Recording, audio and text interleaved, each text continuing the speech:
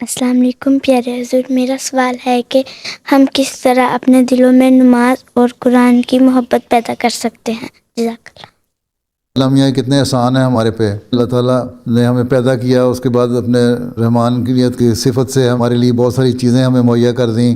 پھر اگر اللہ تعالیٰ سے دعا مانگیں تو اللہ تعالیٰ ہمیں دیتا بھی ہے، ہماری قبول کرتا ہے دعائیں۔ پھر اللہ تعالیٰ نے قرآن جیسی کتاب ہمیں دے دی جس میں ساری باتیں لکھی گئیں، تو اس کو ہم پڑھتے ہیں، اس کا ترجمہ بھی پڑھیں تاکہ مطلب سیکھیں اور ہمارا علم بڑھے۔ جتنا جتنا تمہاری عمر بڑھتی جائے گی اتنا اتنا قرآن کریم کو ترجمہ پڑھ کے، اس کی تفسیر پڑھ کے اپنا علم بڑھاؤ تاکہ محبت پیدا ہو۔